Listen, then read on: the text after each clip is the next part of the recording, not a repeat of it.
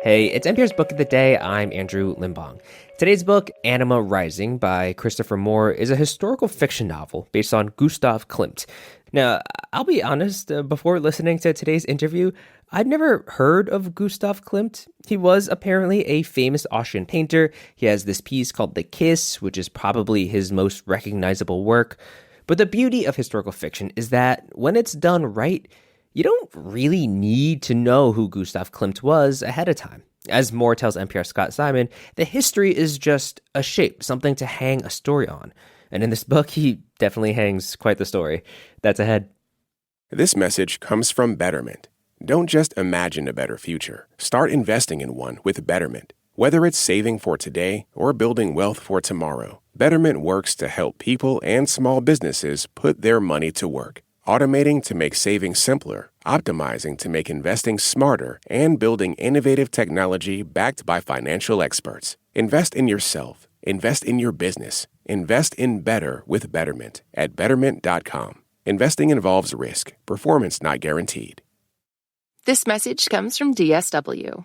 Where'd you get those shoes? Easy. They're from DSW. Because DSW has the exact right shoes for whatever you're into right now. You know, like the sneakers that make office hours feel like happy hour, the boots that turn grocery aisles into runways, and all the styles that show off the many sides of you. From daydreamer to multitasker and everything in between, because you do it all in really great shoes. Find a shoe for every you at your DSW store or DSW.com. A man walks home one night after an evening of debauchery in 1911, Vienna, looks down from the Rossauer Bridge and spies the figure of a woman against the concrete stairs at the water's edge. She is nude. She is still. She is also beautiful, framed by tendrils of yellow hair.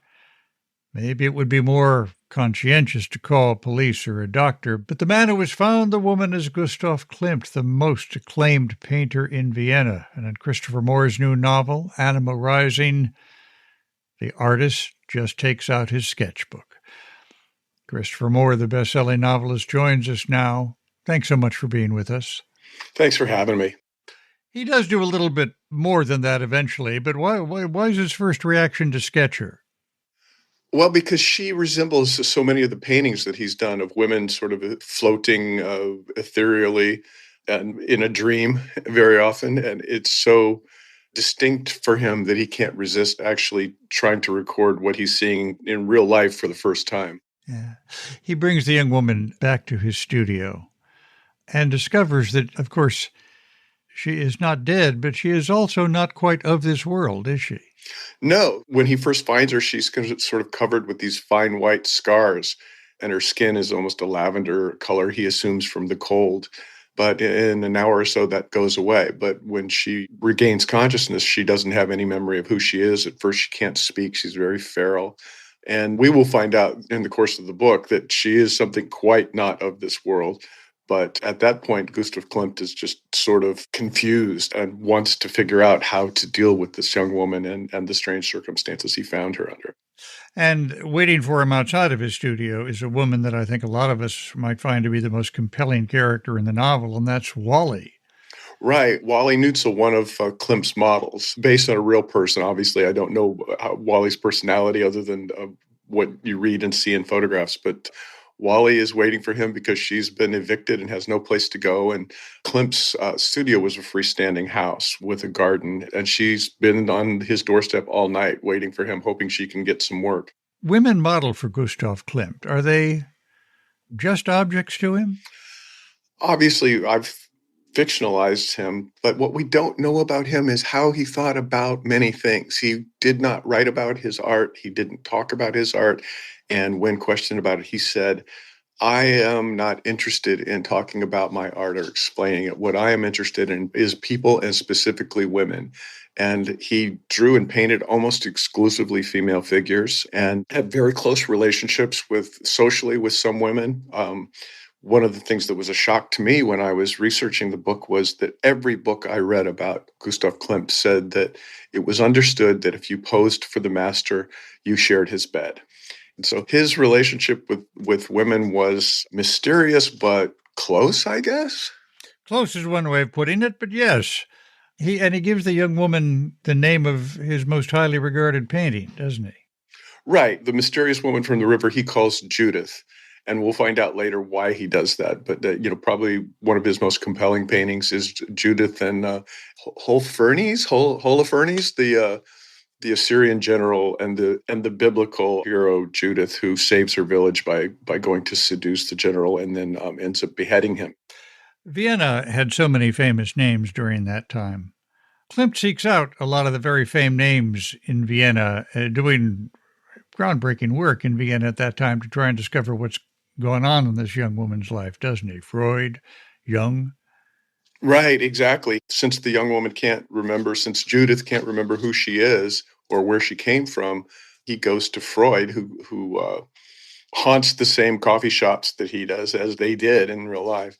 And he asks him, can you regress her? Can you help her? And Freud says, well, I haven't used hypnosis for many years, but I'll try it. The story that ultimately unfolds is, I don't know if I can begin to recreate it, but maybe you at least want to give us a hint.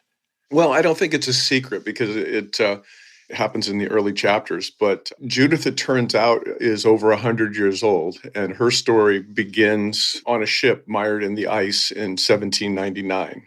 And she's in a box being pulled by a lone man on the ice with one sled dog.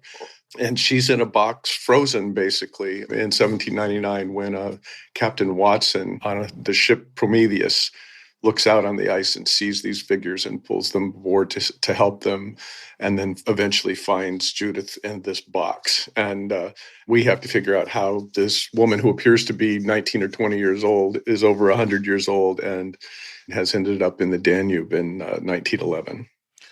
There's a failed art student who makes a brief appearance, seen in a cafe, as I recall. Right. He had to. There's somebody who didn't get into the Vienna Academy of Fine Art, a young fellow named Adolf Hitler.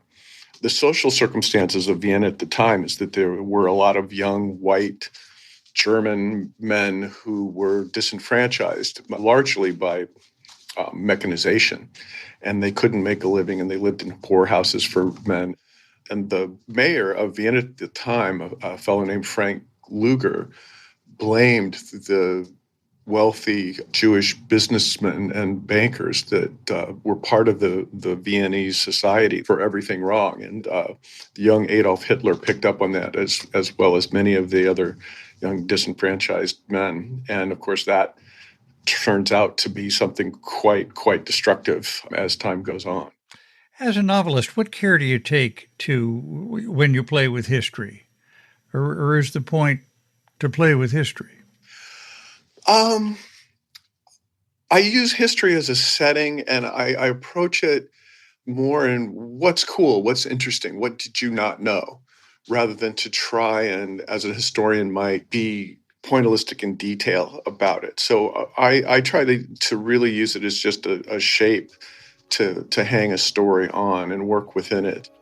Christopher Moore's new novel, Anima Rising, Klimt, Freud, and Jung, Meet the Bride of Frankenstein. Boy, that's a cast. Thanks so much. Thanks so much for being with us. Thanks a lot, Scott. I appreciate it.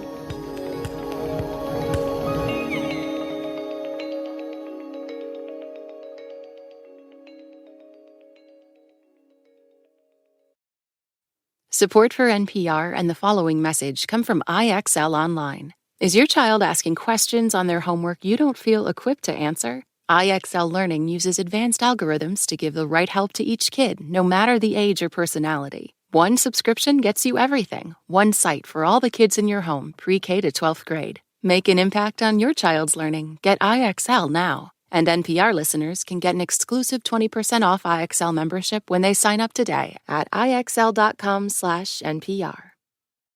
This message comes from LinkedIn Ads. Target your buyers by job title, company, role, and skills with LinkedIn Ads. All the professionals you need to reach in one place. Get a $100 credit on your next campaign at linkedin.com/results. Terms and conditions apply. This message comes from Warby Parker. What makes a great pair of glasses? At Warby Parker, it's all the invisible extras without the extra cost, like free adjustments for life. Find your pair at warbyparker.com or visit one of their hundreds of stores around the country.